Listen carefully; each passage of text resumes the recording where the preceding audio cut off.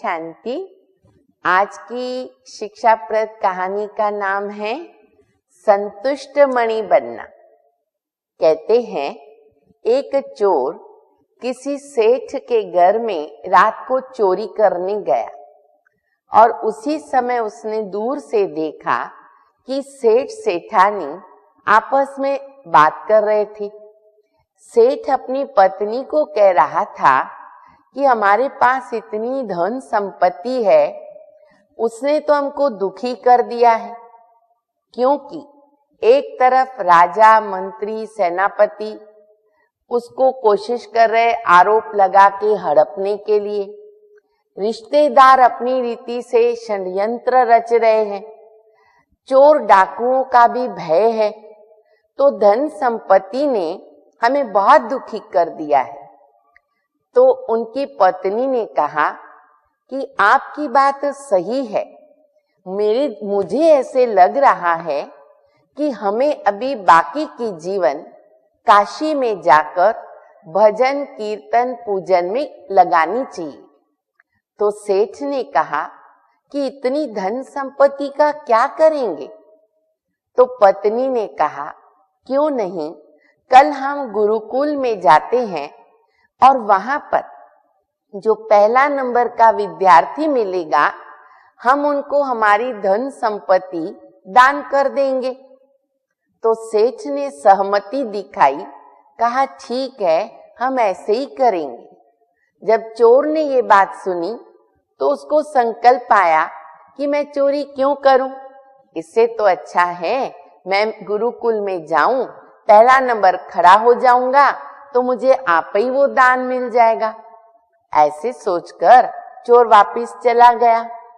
दूसरे दिन वो गुरुकुल में सबसे पहले पहुंचा और सबसे पहली लाइन में जाकर खड़ा हो गया। दूसरी तरफ सेठ सेठानी जब गुरुकुल में पहुंचे तो उन्होंने पहले नंबर से स्टार्ट करने के बजाय उल्टी दिशा में अंतिम शिष्य जो खड़ा था वहां से पूछना आरंभ किया। तो उन्होंने पिछली तरफ से पहले विद्यार्थी को कहा कि ये धन संपत्ति हम आपको दान करना चाहते हैं। तो विद्यार्थी ने दान करने के पीछे कारण पूछा। तब सेठ ने कहा कि ये धन संपत्ति ही हमारे जीवन में मुसीबतों का जड़ है। तो विद्यार्थी ने कहा कि जब आपके लिए ये मुसीबतों का जड़ है तो आप हमें क्यों दे रहे? हमें आप ये मुसीबत नहीं चाहिए, मैं ये दान स्वीकार करने को तैयार नहीं हूं। फिर नंबरवार सेठ सेठानी ने सभी विद्यार्थियों को पूछा। हर एक विद्यार्थी मना करता गया, इनकार किया लेने के लिए। ये देखते हुए चोर को बड़ा वंडर लगा, अचरज लगा, हैरान हो गया और साथ साथ उसको पश्चाताप भी होने लगा कि ये बात ठीक नहीं है, विद्यार्थी जो कह रहे हैं वो सही कह रहे। इसलिए जब उसका नंबर आया तो उसने भी मना कर दी।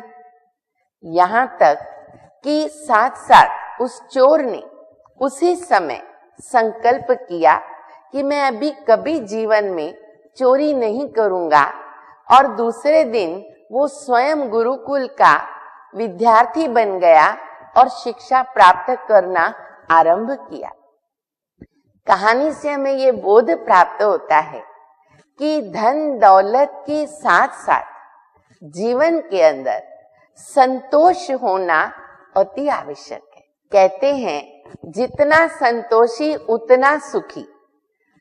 तो आत्मा को सही प्रकार का संतोष कब मिल सकता है? तो वो मिलता है जब आत्मा के जो खजाने हैं, संपत्तियां हैं, अर्थात दैवी गुण हैं, वैल्यूज है, जब वह आत्मा को प्राप्त होते हैं तो सही रूप से हम संतुष्ट मणि बनते हैं। आत्मा के गुण हैं सुख, शांति, आनंद, प्रेम, शक्ति, पवित्रता, और ये सभी गुण, ये सभी वैल्यूज वर्तमान समय परमपिता परमात्मा शिव कल्याणकारी हमें राज्यों के द्वारा प्राप्त करा रहे हैं। जब हम राज्यों के द्वारा इसकी अनुभूति करते हैं तो हम सही मायने में संतुष्ट मणि बन सकते हैं। ओम शांति।